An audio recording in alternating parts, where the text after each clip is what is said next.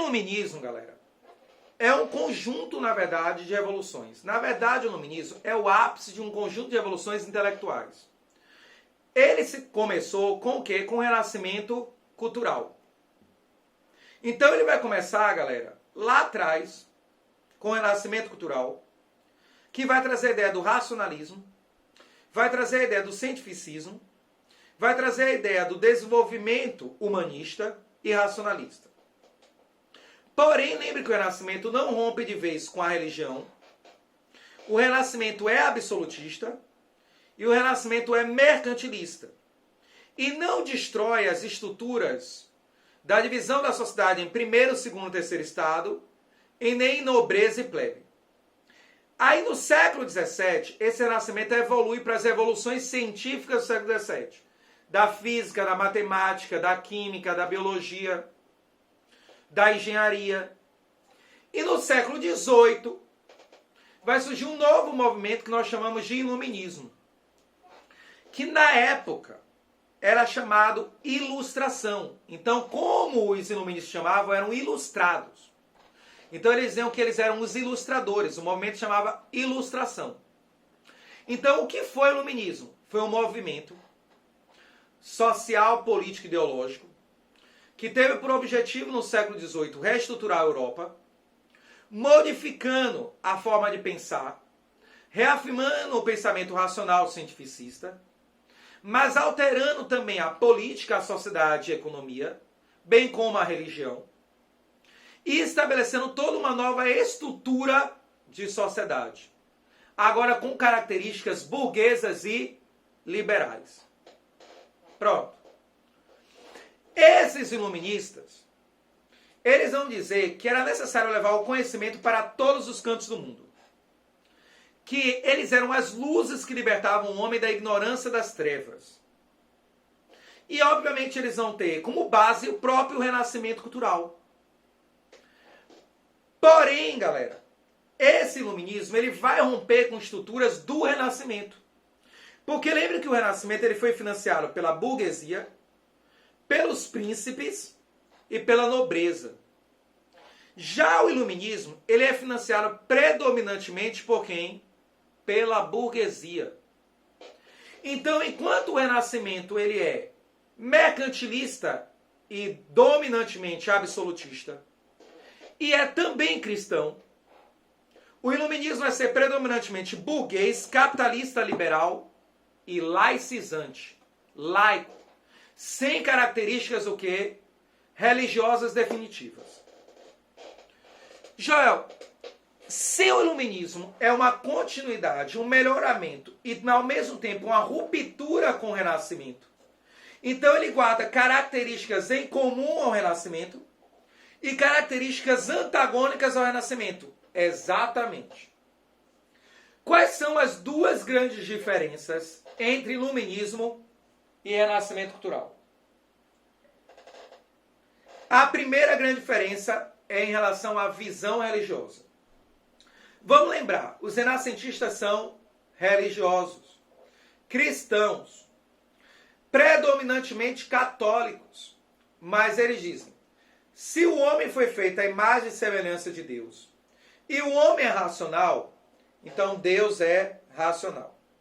E, portanto, você tem que entender a obra de Deus de forma racional. Então, eles querem racionalizar a fé. Pronto. Reformando a Igreja Católica. Mas não destruindo com ela. O iluminismo em relação à religião, ele é diversificado, ele é laicizante. Ele vai entender, a religião é um plano de existência humana. É válido. Quem quiser ser religioso, seja. Mas você não pode impor isso a ninguém. Então o iluminismo vai pregar a liberdade religiosa. Então você pode ter iluministas cristãos? Pode. Você pode ter iluministas católicos? Pode. Você pode ter iluministas protestantes? Pode. Pode ter iluministas agnósticos, que acreditam em Deus, mas não tem doutrina religiosa? Pode. Pode ter iluminista ateu, que não tem crença em fé nenhuma? Pode. Porque o iluminismo é predominantemente laico, ou seja, a religião é sua, é uma escolha sua, você tem a religião que você quiser, se você quiser, você também não tem religião. E mesmo aqueles iluministas que tinham religião, entendiam que a religião é uma questão pessoal, de escolha íntima, de foro íntimo. Se eu acredito em Deus cristão, é uma escolha minha, eu não posso impor isso a ninguém. Pronto. A outra grande diferença entre iluminismo e renascimento estão ligadas ao Estado e à economia. O Estado renascentista defende o quê? Um Estado forte, centralizador, todo-poderoso, que defina todas as coisas, o Estado moderno absolutista. E aí ele pode dizer que o Estado vai ser absolutista de forma laica, Maquiavel, que defendia que o Estado deveria ser forte, centralizador e absoluto para manter a paz e a ordem, os fins justificam os meios, ou religiosamente, porque o rei era rei porque Deus queria. Então o Estado renascentista ele é absolutista. Já o Estado iluminista, ele é constitucional. Ele é de tendência republicana, ele é de tendência democrática, porque é um Estado liberal. Então ele vai entender que deve existir uma igualdade jurídica, que deve existir uma igualdade política, que deve existir ampla participação política, e que o melhor dos estados é um governo constitucional liberal. Pronto. A outra diferença ainda é sobre a economia. Tá? A economia renascentista é uma economia subjugada a um Estado forte, a um Estado absolutista. Então é a economia mercantilista, onde o Estado define todas as coisas da economia. Então o Estado diz quem pode produzir, quanto pode produzir, o preço do produto, para quem pode vender, por quanto pode vender, tudo. A economia iluminista é liberal capitalista, é industrializante.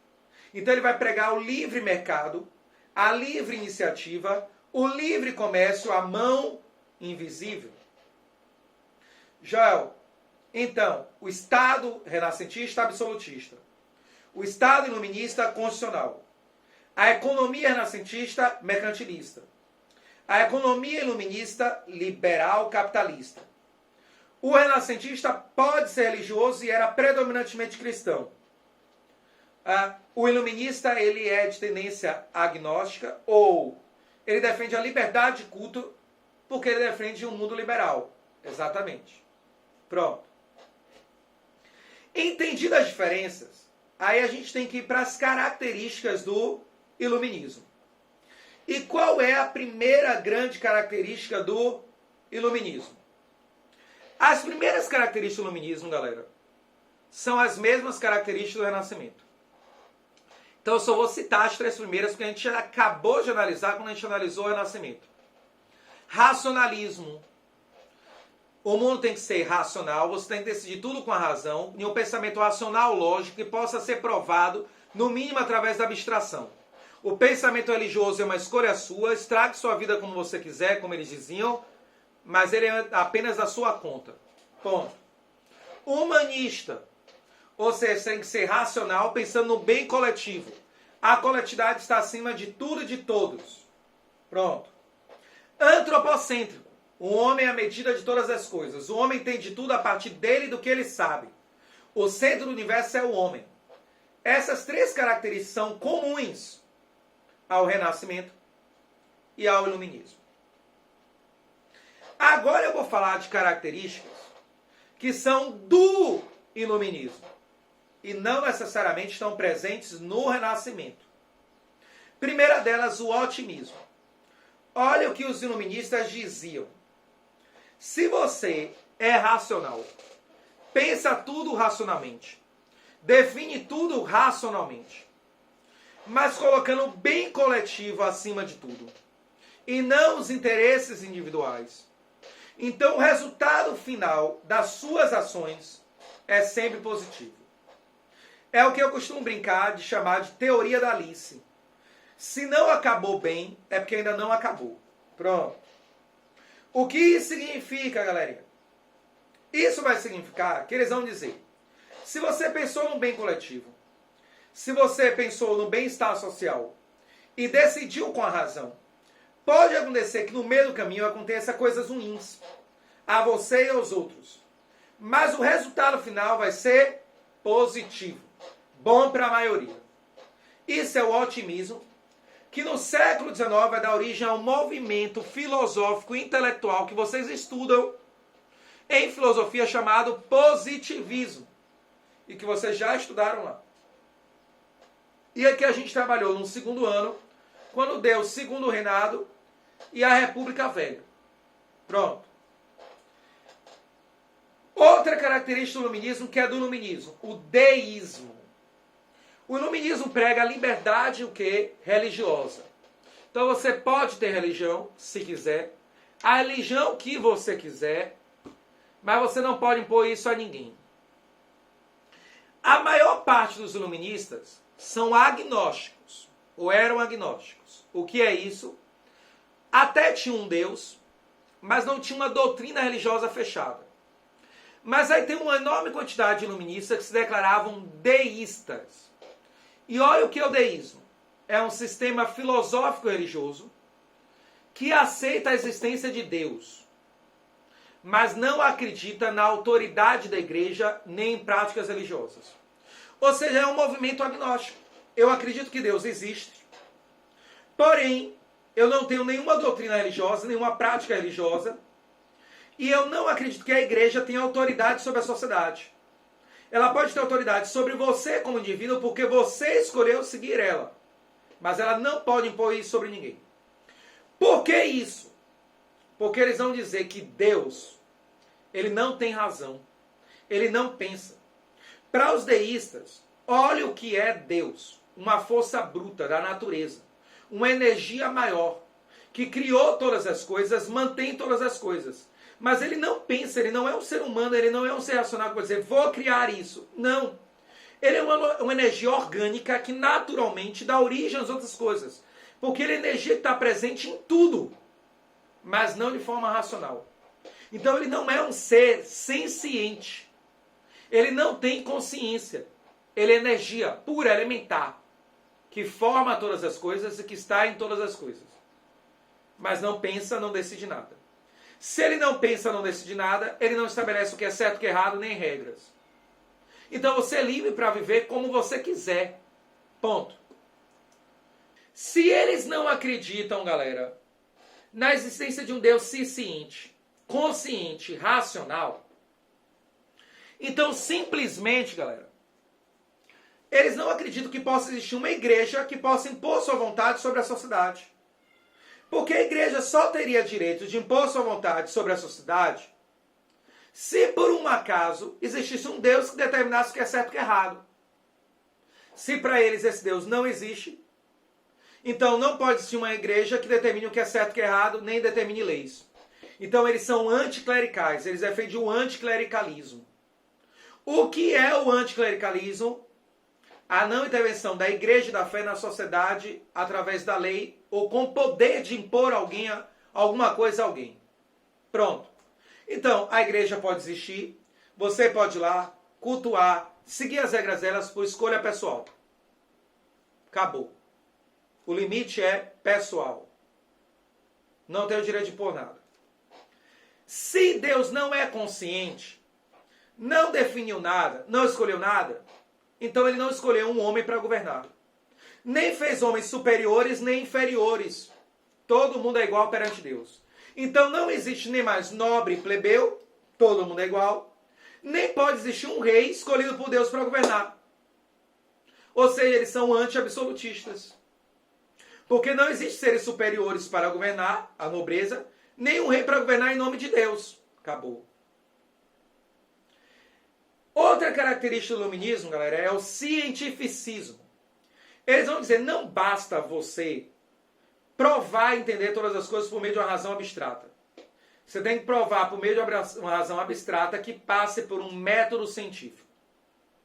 E esse método científico é, observa-se uma coisa. Essa observação leva a uma questão, a pergunta. Essa pergunta faz com que você comece a observar e investigar. Observando e investigando, você cria uma hipótese. Algo que explique ou solucione a questão. Gerada a hipótese, você vai testar a hipótese. nova observação, experiências, testes. Comprovou que a hipótese é verdadeira, vira tese. Provou que a hipótese é falsa, você refuta a hipótese. Então, perdi tudo porque ela não é verdadeira? Não. Você não perdeu tudo porque aquele caminho não precisa mais ser percorrido. E agora tudo tem que ser definido pela ciência. E a ciência vira uma nova verdade, uma nova fé. E aí, então o Iluminismo vai inaugurar a ideia de que a ciência pode trazer a resposta para todas as coisas. Isso vai dar origem também ao positivismo, a crença absoluta de que a ciência pode entender tudo, se não agora, no futuro, e resolver todas as coisas. Pronto. Isso é o cientificismo. A nona característica do Iluminismo é o enciclopedismo. E olha o que é o enciclopedismo. O conhecimento não é válido se ficar restrito a mim. Se só eu tiver acesso a esse conhecimento, isso vira um elemento de poder de dominação que não faz bem à coletividade, mas sim vira um privilégio. Então eu tenho que levar o conhecimento a todos os seres humanos, porque só o conhecimento liberta. Então a ideia do enciclopedismo é levar o conhecimento a todos os seres humanos para libertar o ser humano das trevas e automaticamente levar o ser humano a uma sociedade melhor e mais bem o que? Desenvolvida. Pronto. Mas como levar esse conhecimento a todos os seres humanos, pegando todo o conhecimento racional, científico, e colocando em uma única obra escrita, para que qualquer ser humano possa acessar esse conhecimento, a enciclopédia. A primeira grande enciclopédia é a enciclopédia de Diderot e D'Alembert, dividida em 8 tomos, feita em capa de madeira, coberta de couro, escrita bonitinha, letras lindas e desenhadas a ouro, com não sei quantas páginas, que hoje só existe, acho que 17 desses tomos completos no mundo. 2 no Brasil.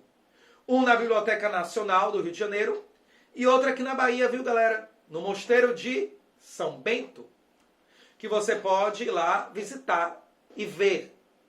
Eu posso pegar e ler? Não. Tá? Aquilo é patrimônio histórico e cultural da humanidade, uma raridade, sua mão sujinha, cheia de poeira e gordura, vai danificar. Já eles têm outros livros importantes como esse? Tem. O Mosteiro de São Bento tem os primeiros livros impressos da história da humanidade, como a Bíblia impressa. E eles também têm a primeira edição da Origem das Espécies de Darwin, autografada com dedicatória ao antigo monsenhor chefe do Mosteiro de São Bento, na época. Tá? Finalmente, a última grande característica do Iluminismo. O Iluminismo é liberal, então ele prega a liberdade de pensamento e expressão, a liberdade religiosa, a liberdade de ação, desde que você entenda que a sua liberdade acaba, um dia do outro começa. O bem coletivo está acima do individual. Então, seus interesses individuais não podem passar dos interesses coletivos. O Iluminismo prega a igualdade jurídica e política. Todos são iguais perante a lei e devem ter direito de participação na política do seu Estado, do seu governo. E aí eles dizem, uma sociedade de homens livres e iguais perante a lei é uma sociedade mais pacífica e fraterna. Vem o lema do Iluminismo, que é o lema das revoluções burguesas. Liberdade, igualdade e fraternidade.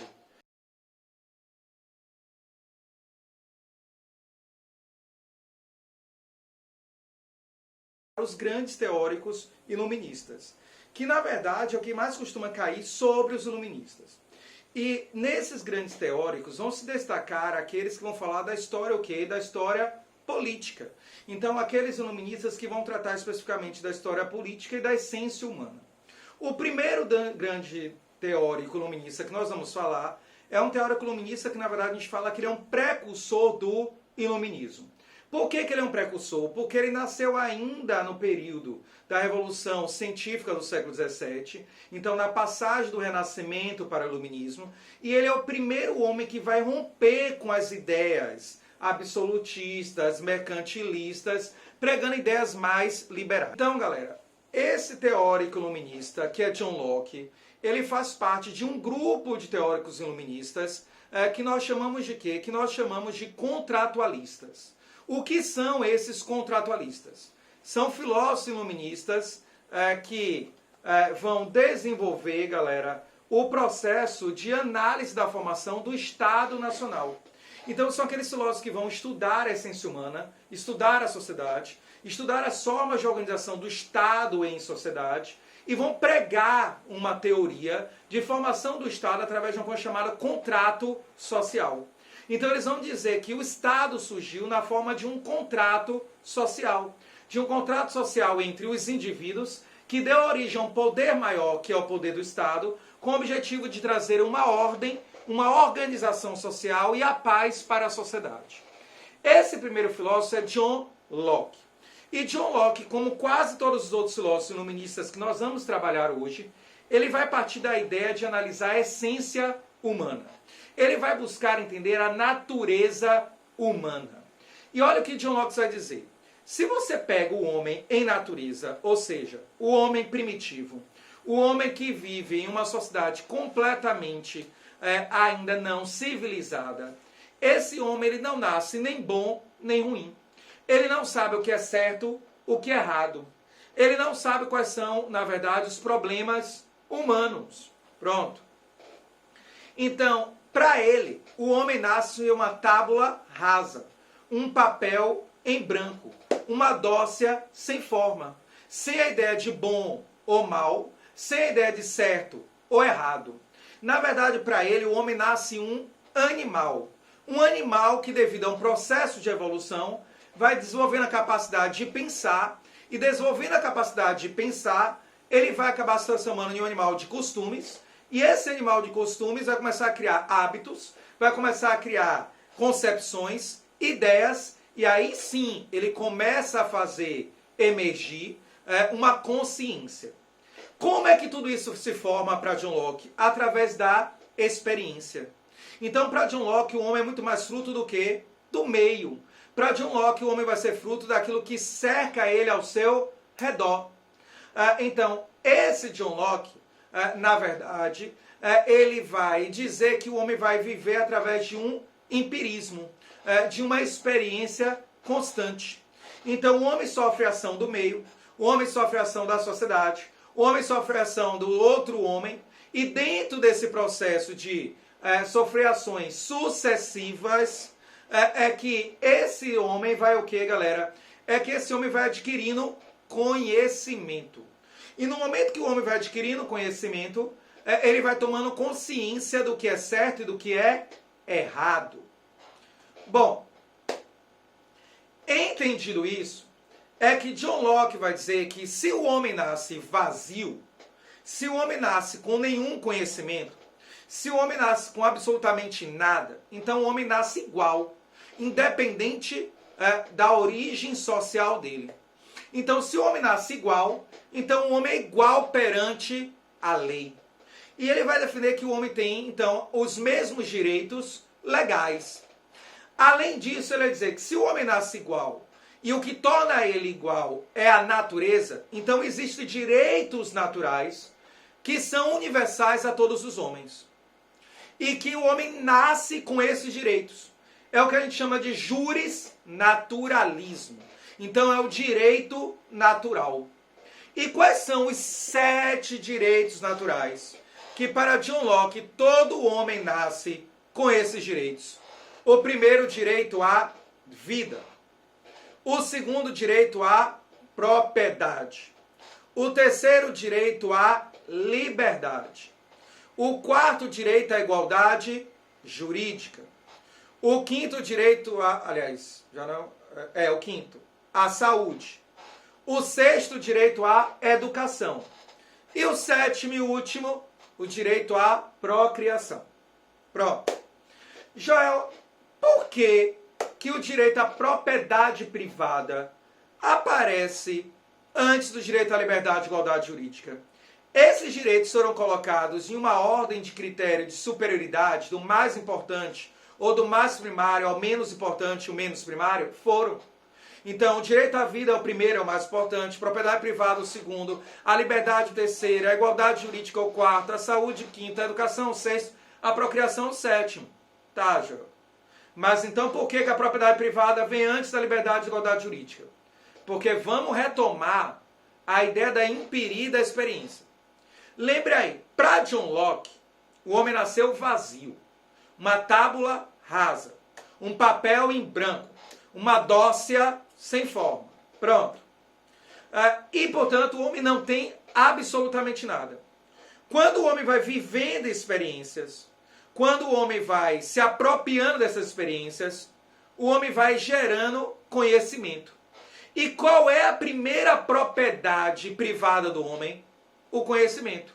Sobre si mesmo, sobre a sua identidade como ser humano, o conhecimento sobre as coisas que lhe cercam e, portanto, a propriedade intelectual.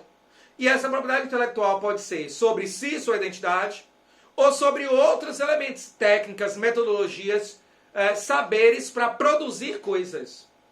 E, portanto, o que faz o homem ser humano é essa propriedade privada do conhecimento, que é o primeiro de todos os elementos que o homem passa a possuir, a consciência de si mesmo, dos outros e das coisas. E, portanto, para ele, o elemento primordial do ser humano é essa propriedade privada. A primeira coisa é a vida. Sem a vida não existe nada. Mas a vida não é algo só do ser humano. É um direito natural de todos os seres. A propriedade privada é o direito natural do homem, porque é isso que lhe faz homem. Quando ele adquire a propriedade privada do conhecimento de si, dos outros e das coisas. A propriedade intelectual. Essa propriedade intelectual vai ter diversos efeitos, galera. O primeiro efeito dela é o ser humano se tornar consciente que é um ser humano com direitos e deveres. O segundo efeito dessa propriedade privada é que se o homem nasce igual perante a lei e a natureza, o homem se torna diferente a depender das suas experiências e do conhecimento que ele, que ele adquiriu. Joel, como assim? Vamos lá. O homem nasceu vazio, ele nasceu o quê? Igual. O homem foi vivendo experiência e adquirindo conhecimentos. Só que os seres humanos não vão viver as mesmas experiências. E mesmo que os seres humanos vivessem experiências praticamente iguais, os pequenos detalhes iriam fazer com que esse ser humano adquirisse essa experiência de forma diferente. Quando eu adquiro a experiência de uma forma, a próxima experiência que eu tiver já vai estar ditada, já vai estar definida pelo quê? A próxima experiência que tiver já vai estar definida pelo conhecimento que eu tive antes e por quem eu sou. Então, nessa segunda experiência, eu já não vou adquirir ela igual a outra pessoa que viveu ela igualzinho a mim. Porque eu já parto de um a priori que sou eu mesmo com as experiências que eu vivi. E aí eu vou me tornando intelectualmente diferente. Eu vou me tornando uma pessoa diferente. Eu vou me tornando um ser humano diferente. E é óbvio que isso vai me fazer o quê? Às vezes, segundo John Locke, melhor ou pior do que outro ser humano.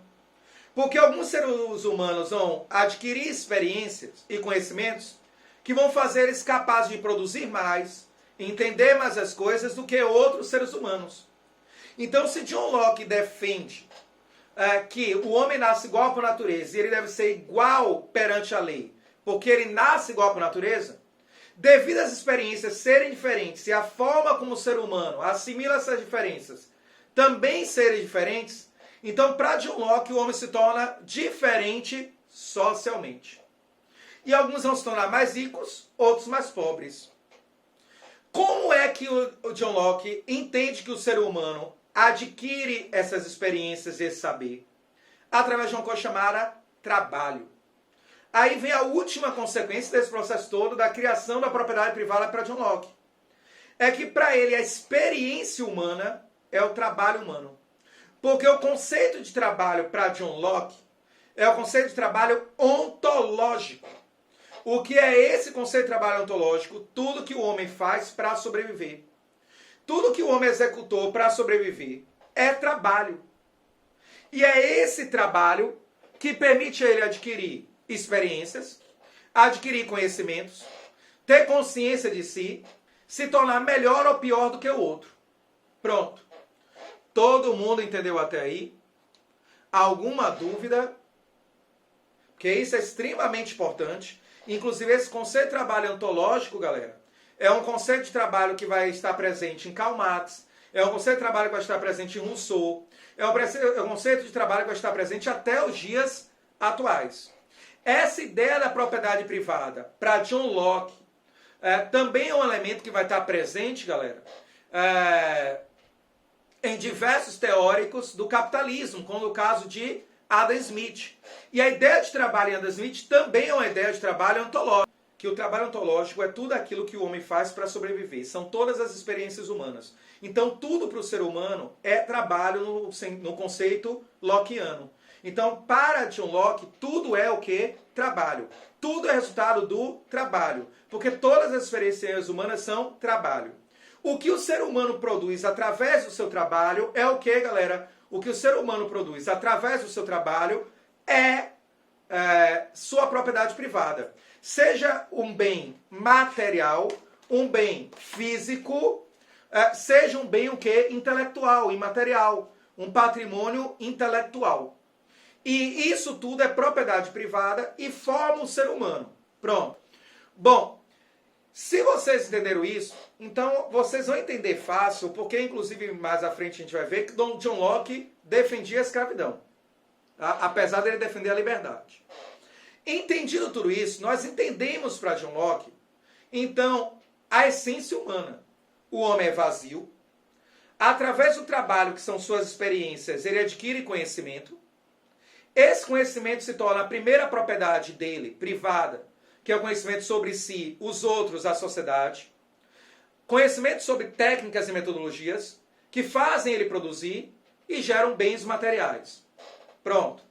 E esses conhecimentos todos fazem eles diferentes socialmente, apesar de eles serem iguais por natureza. Ok. E, portanto, ele defende a igualdade natural e, portanto, jurídica, mas a desigualdade social. Mas aí John Locke vai avançar e vai analisar a origem do quê? Do Estado. E olha o que John Locke vai dizer. Esse homem-natureza era vazio. Mas quando ele começou a adquirir conhecimentos, ter consciência de si, começou a haver disputa entre esses homens. Uns homens produziam mais, outros menos. Alguns que produziam menos vão usar o uso da força para roubar aqueles que produziam mais.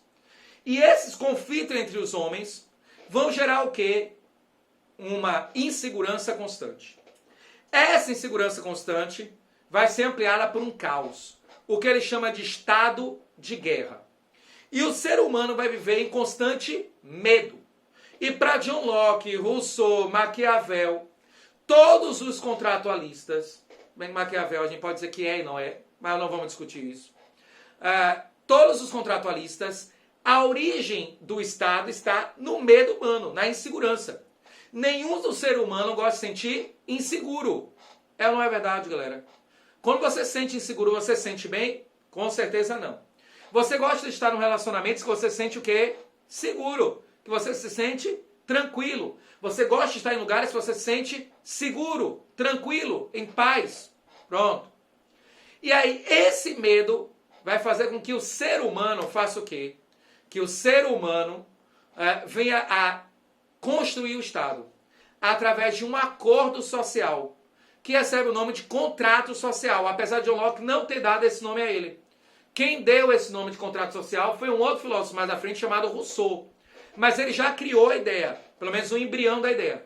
Ele vai dizer que os homens coletivamente vão se reunir devido ao medo e à insegurança, vão pegar a sua liberdade absoluta, o seu poder absoluto de fazer o que quiser e vão entregar esse poder ao Estado. Vão abdicar da sua liberdade absoluta, vai entregar o seu poder ao Estado e vai dar ao Estado o poder de reprimi-los. O poder de criar regras, leis, ornamentos sociais que controlem a sociedade. E, portanto, para John Locke, a gestação do Estado, a criação do Estado ocorreu através do contrato social, de um acordo consciente e inconsciente entre todos os homens, onde eles pegam o seu poder, entregam ao Estado, para o Estado o quê? Para o Estado criar leis e manter a paz e a ordem. Para isso, o Estado passa a ter o direito de reprimir os seres humanos quando eles desobedecerem essa lei. Nesse contexto, o poder para John Locke emana de quem, galera? O poder para John Locke emana do povo. O poder para John Locke emana da população, que pegou seu poder e entregou ao Estado. E esse Estado agora vai exercer o poder em nome do povo. E é por isso que para John Locke, a lei deve ser a representação da vontade do povo. Pelo menos a vontade da maioria do povo. Porque as ideias coletivas, o bem-estar coletivo está acima do bem-estar o quê? Social. Enquanto o Estado representar a maioria do povo, criar leis que sejam adequadas à maioria do povo e que mantenham a paz e a ordem, esse Estado para John Locke é legítimo. Ele tem o direito de exercer o poder sobre os seres humanos, controlando os seres humanos e reprimindo e punindo os seres humanos quando eles descumprirem a lei. Pronto. Quando esse Estado se corromper e não representar mais os seres humanos coletivamente, e representar apenas um pequeno grupo, ou um homem, à vontade de um indivíduo, então esse Estado se torna ilegítimo. E aí o ser humano em coletividade tem o direito à revolução. Tem o direito a pegar em armas para depor aquele Estado e criar um novo Estado. Isso faz com que a gente perceba que John Locke defende predominantemente um Estado republicano, democrático. Defende o direito à revolução, defende que o poder emana do povo e que o Estado só é legítimo quando representa o povo. E que a base do Estado é a lei, que deve ser a mais próxima possível à representação da vontade coletiva do povo. O John Locke é o filósofo que dá origem à ideia da meritocracia. John Locke vai dizer que o homem é, socialmente, aquilo que ele é capaz de produzir. Só que não é só a produção econômica material, é tudo que ele é capaz de produzir, porque é o conhecimento que ele tem, as experiências que ele tem, e o que ele produz com esse conhecimento e essas experiências. Só que percebam uma coisa, Pedro. John Locke está defendendo a meritocracia, defendendo que o homem nasce igual por natureza e que ele tem que ter alguns direitos iguais, com a mesma qualidade. Entre eles o direito que? A educação. Então, para John Locke, em uma sociedade onde o homem vai ter os direitos naturais, entre eles a educação é exatamente igual, segurança é exatamente igual, saúde é exatamente igual, a meritocracia é mais do que válida. E eu concordo. Se você tiver os elementos de existência básicos, saúde, educação, segurança, transporte, os elementos naturais básicos iguais ou similares, a meritocracia se faz válida. O problema é, se isso não acontece, então a meritocracia é uma mentira. Já, por quê? Porque você já não deu ao ser humano a mesma oportunidade do outro e não garantiu os mesmos direitos universais dele. Então aí já existe uma desigualdade social que impede a preservação da igualdade natural e, consequentemente, destrói a ideia da meritocracia.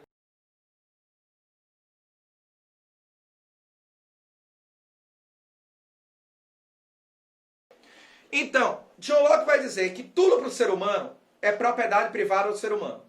Até mesmo a consciência que ele tem de si mesmo. Porque foi adquirida através do trabalho, das suas experiências. Pronto, lindo, beleza. Tá? Quando ele diz isso, ele está dizendo então que vão ter experiências de tal forma, que vão acumular muito capital. Outros não vão ter experiências tão boas ou não vão se apropriar dessas experiências de forma boa. E esse não vai ter condição nem de retirar o que sobreviver. Aí, às vezes esse homem que não produz o que é o suficiente para sobreviver, faz o quê? Esse homem vai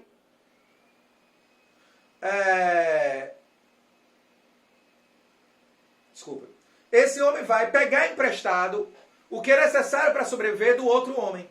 Então, aquele homem que não produziu o suficiente para sobreviver, vai pegar emprestado o que necessita para sobreviver daquele que produziu o quê?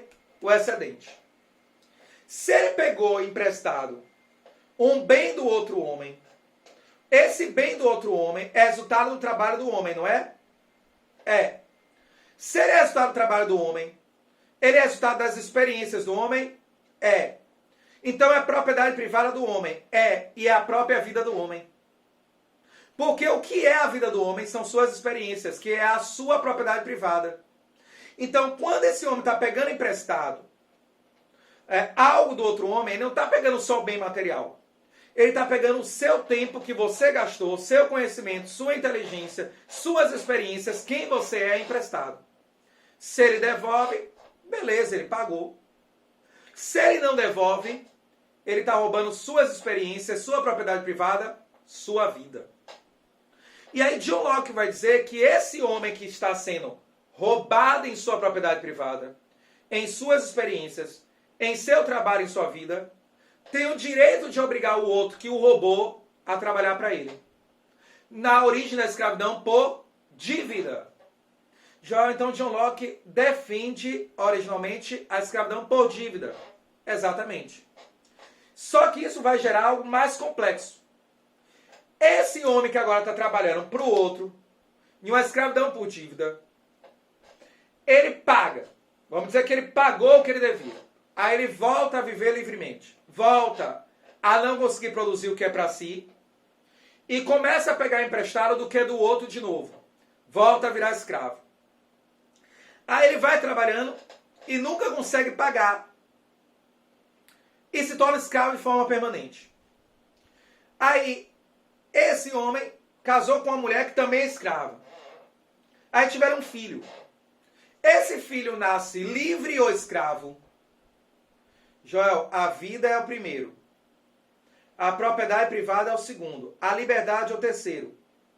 Se aquele homem e aquela mulher são minha propriedade e eles tiveram um filho, o fruto da minha propriedade é minha propriedade. Então é meu escravo. E a propriedade privada vem antes da liberdade para John Locke. Então aquele menino é meu escravo. Exatamente.